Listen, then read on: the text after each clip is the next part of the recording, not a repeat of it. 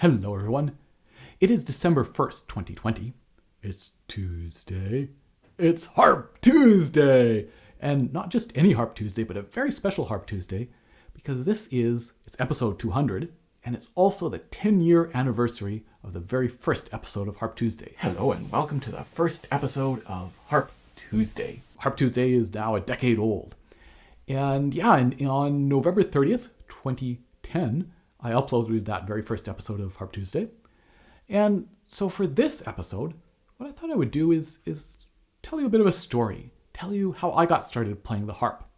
Because I think that's always interesting, and particularly for the harp, which is kind of an unusual instrument, and so the opportunity perhaps to start learning the harp is not always there. And I got started learning the harp, well, let's actually backtrack a little bit. I'm the oldest of 4 children, and I grew up in a house where there was always lots of music. My mom is very musical, wonderful ear, fantastic voice, plays a little bit of guitar, recorder, a little bit of piano. She played oboe in her high school orchestra. And so she would always sing to us and with us. And my dad doesn't play an instrument, but he loves music and has a fantastic record collection. And as I say, there was always music in the house. But I didn't start learning an instrument until the harp at 13 and a half. My mom likes to relate the story of when I was, 5 or 6, and we couldn't afford a piano, and therefore I couldn't start Suzuki lessons, and she felt, she'd failed, there was no hope. We did get a piano, maybe a little bit later, 8 or 9 or something. At some point we did get a piano, and she tried to teach me a little bit, but I was fairly resistant, and I learned a little bit of, the theory of how to read music in terms of how, if you knew that this note was a C, then you could count between the lines, on the line, between the lines, etc., and find the next note. But I didn't really do anything with that. But always listening to music, right, and loving music. Listen to a lot of Raffi, a wonderful children's singer. It's funny because some of his early albums have a lot of harp. There's Erica Goodman playing some little instrumental, for example, of Row, Row Your Boat. It starts out dee da da da da da dee da da, the Mozart Flute and Harp Concerto, when it goes right into Row, Row, Row Your Boat. And then at 13 and a half, I loved to read, and as I would read, I would listen to music. And at the time, what I was listening to were cassettes of a husband and wife team, Philip and Pam Boulding, Magical Strings, from just across the water in the Puget Sound. And Philip played the harp, or plays the harp. He makes harps and plays harp. And so Celtic music, and listening to a lot of that as I was reading. And somehow, maybe I got the idea, or probably my mom suggested it, the idea of maybe I'd like to try learning how to play the harp. And I love to read, in particular, fantasy books and magic and Lord of the Rings. And so the harp certainly fit in with that. I think it's got a mystique, and it feels like it belongs in a way to a different age, right? Because they are kind of rare in a lot of parts of the world. We don't necessarily see them in school orchestras and whatnot. That idea sounded, I had no idea if I would be able to, but it sounded intriguing enough for me to say, let's try. And we had a family friend who had one of Philip Boulding's tiny little lap harps. I remember, I think he'd come over at one point. I don't remember this, but I remember being told this story of him coming over and with a little harp and talking about doing a sort of a story accompanied by harp about the Challenger explosion. And so he offered to loan that to us when I could try some lessons, and the cost of this little tiny harp was feasible enough that we could purchase one if this was something that I was going to enjoy. And so we went to one of the local harp teachers, and she looked at the harp and said, well, it's just too small. You're going to run out of room in a few lessons.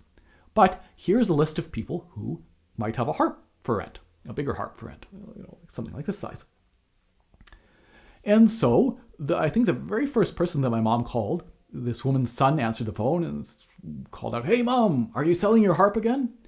And it turned out this woman was interested in selling her harp. And it's this harp right here, this wonderful little Aoyama harp, 34-string harp. And so she wanted to sell her harp. She'd been in an accident and was in a lot of pain and couldn't play.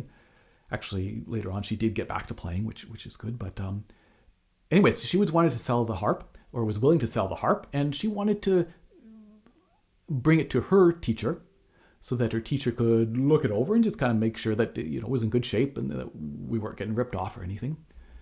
And so she left the harp with her teacher, and we all traipsed out and saw the harp, and that's how I met Catherine Ely, who would end up being my teacher for the next 12 years. So we met Catherine and immediately knew that, okay, this is the person I want to work with. This is the person I want to study with.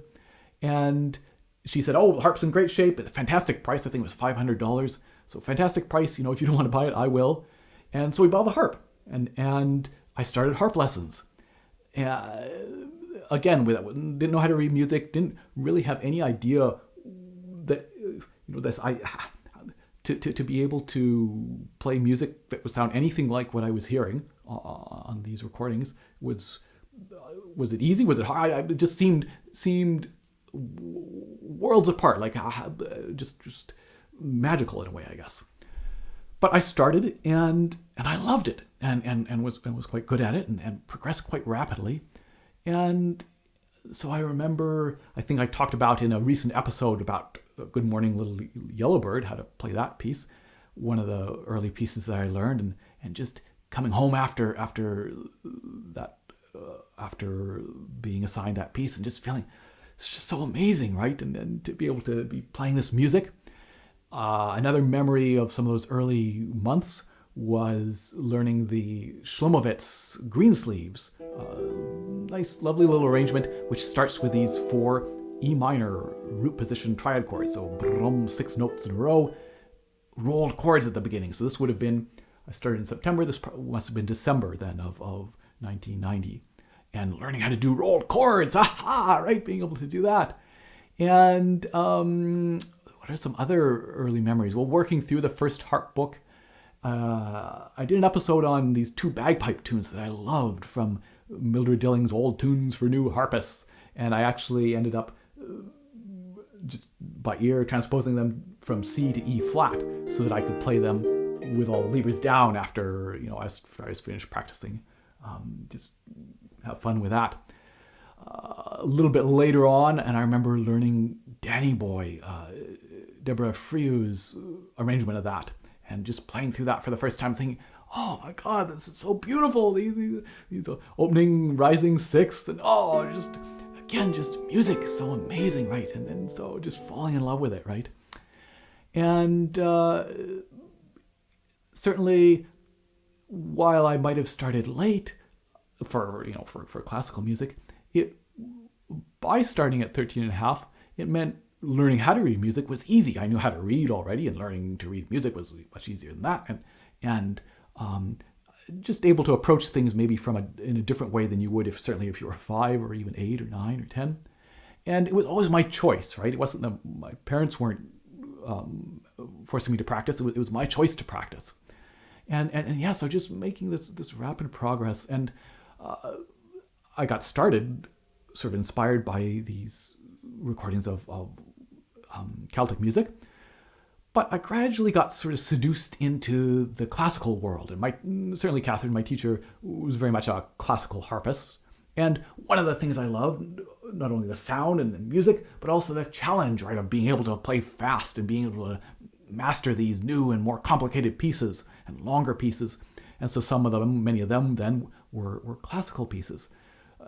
I remember one of the longer pieces that I learned early on was the Sonatina from Medieval to Modern 2. I think it's Samuel Pratt who wrote The Little Fountain, but this little Sonatina. And it's maybe not the most amazing composition, but it was fairly long, and that was very exciting, and learning that. And then what other memories? Canon D, I guess. Pachelbel's Canon. I know it gets a bad rep from all these frustrated cellists, but it's a beautiful piece. I like that. Yes, sure, it gets played a lot, but it's beautiful. And I remember learning that, and again, a long piece, and the dee-da-da-dee, the fast bit in the middle, being able to do that, and very satisfying. And a Boxa Etude, kind of blowing my teacher's mind with getting that going really, really fast. And yeah, so pretty soon she was saying, well, what you might consider it's kind of time to get a pedal harp if you're going down that classical road. And so that was, I guess I started in the fall of 1990, and I got this harp in August of 1992.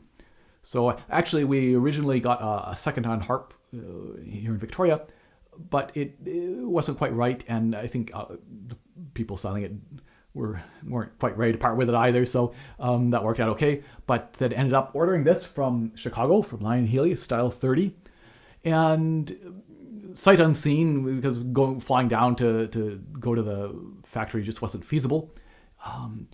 But my teacher knew someone there and asked her to pick out a good harp, and then it showed up at the airport here, and of course we had to sell one of our old huge Chrysler sedans, a big 6-seater Chrysler, and instead get a classic harp mobile, a second-hand Volvo station wagon, in order to transport the harp. And so being driven out to the airport and getting the harp and bringing it back, and it's been fantastic ever since.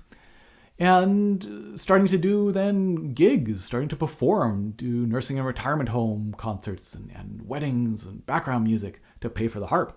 And also because I enjoyed it, right? It was great. And then pretty soon after that, starting to work towards doing a solo recital, a full program of fairly challenging solo harp music.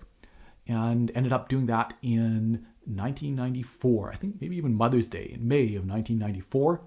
And pretty impressive program, especially that was like a little more than 3.5 years, I guess, from when I started. And doing a pretty incredible job of all those pieces. And again, part of that was talent, perhaps, certainly, but also just kind of being in the right place in the right time, having the right teacher. Catherine made such an amazing difference. And of course, having the support of my family and my parents throughout all of this. It's fantastic, right? And just, again, falling in love with music. So that's my story of how I got started playing the harp. And hope you enjoyed that. Thank you for coming along on the ride for all these 10 years of Harp Tuesday episodes. And if you're watching this right now, in the beginning of December 2020, I'm doing a live stream concert on December 5th. So I hope you'll tune in. And otherwise, I will see you in 2 weeks for episode 201. See you then. Cheers.